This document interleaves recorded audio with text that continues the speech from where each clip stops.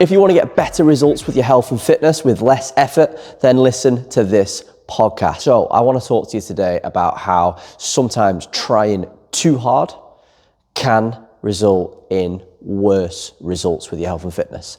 Now, what normally happens with people when they get a new goal, they want to go 100 million miles an hour and do everything at once. And they do it for a very, very short period of time. They do it for a few days or even a week, or maybe they don't quite make it to the weekend. And then it all goes tits up. And then they have a weekend off it or off the wagon, which is the common mentality to use or the common phrase to use.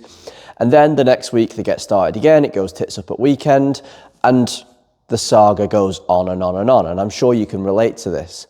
And what happens there is you make a little bit of progress Monday to Thursday, and then you take a step or two back at the weekend. And although it feels like you're getting somewhere on the days that you're doing good, the days that you're doing bad then take you back a step. And maybe you make a little bit of progress, or maybe you stay quite stagnant and stay where you are. You get frustrated, you fall out of love if you already had any love for exercise and dieting and eating healthy and doing your steps. And then all of that is then seen as a bit of a negative thing to do, if you will.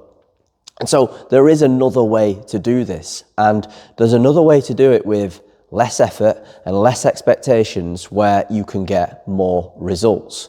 So instead of trying to go 100 miles an hour at once with your health and fitness, be that with your training, trying to do 5 days a week, or trying to do 12,000 steps a day, or trying to do 1,200 calories a day, instead, lower the expectation.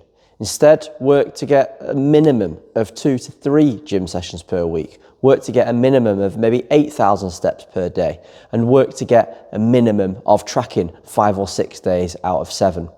And this way, you're giving yourself a chance to succeed rather than pretty much guarantee to fail, because all or nothing at some point is going to end up being nothing. And then when it turns to nothing, you get demotivated and stop doing the very things that get you the results. So in order for you to get longer results over both a short, medium and long-term period of time, you actually need to do less. You actually need to try less hard, if you will, and lower the expectations of what you think you're capable of doing. Right now, you're probably very, very busy at work, very, very busy with family, friends, social events, all of that stuff. So to then think that you can just add in a whole whirlwind of 5 training sessions a week, managing to, survive off 1,200 calories and then factor in 12 or 15,000 steps is just unrealistic. So it's no wonder that you fall out of love with health and fitness and the things that are required to be healthier and fitter when you set the expectations so high and you are always at the point of failure with it. You are always at the point of all or nothing with it. So the sweet spot is finding something that you actually can do, something that you actually can stick to, so that when the weeks and months go by, you can look back and say, oh, I've not actually stopped this. I'm still doing it. And even if the results come at a little bit of a slower pace day to day or week to week, actually, when we combine them up over the span of time, because we've actually stuck to it and been consistent, the results that we've achieved are a lot greater. Let's say, for example, we train 5 days a week, but we only do that once a month. We do 5 training sessions a month, but in that 1 week, we think we've done really, really well. Compared to if we can just manage to do 3 training sessions every week, or even 2 training sessions every week, and there we're getting between 8 and 12 training sessions every month, when we're actually expecting less of ourselves on a weekly basis. And therefore putting less stress and strain on the people around us, on our family, on our job, all of these things which are obviously a priority as well. I'm not saying your health and fitness shouldn't be a priority. It should absolutely be a priority. But we need to lower the bar and lower the expectations of what we're actually capable of.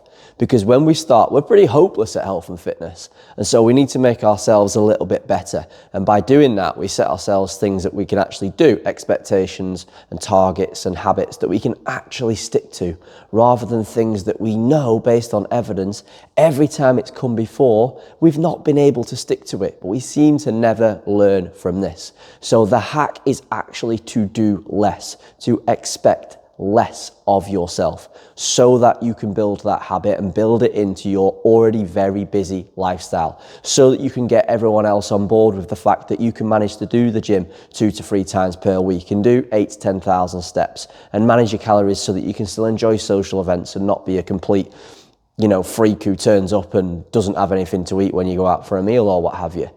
You have to find the balance between all the things you've got going on in your life. Health and fitness can't fully take over, just like your job can't take over, just like you can't only do family stuff. We have to find the blend, and we do that by lowering the bar and lowering the expectations so that you can be successful on the way to your health and fitness goal, rather than just constantly feeling like you're on it, off it, on it, off it, on it, off it, and actually never moving from the place that you're at right now, because you take one step forward, one step back. Or even if you're moving a little bit quicker than that and it's 2 steps forwards, 1 step back, 2 steps forwards, 1 step back. You never really get anywhere. Instead of just making that slow, steady progress, embedding and building those habits into your lifestyle, into the things that you do, so that every week you go to the gym a minimum of 2 to 3 times per week, so that every week you make healthy choices with your food, so that every week you manage to get 60 to 70,000 steps over the course of the week. And you're setting yourself up like this, so as I say, you're setting yourself up to be successful.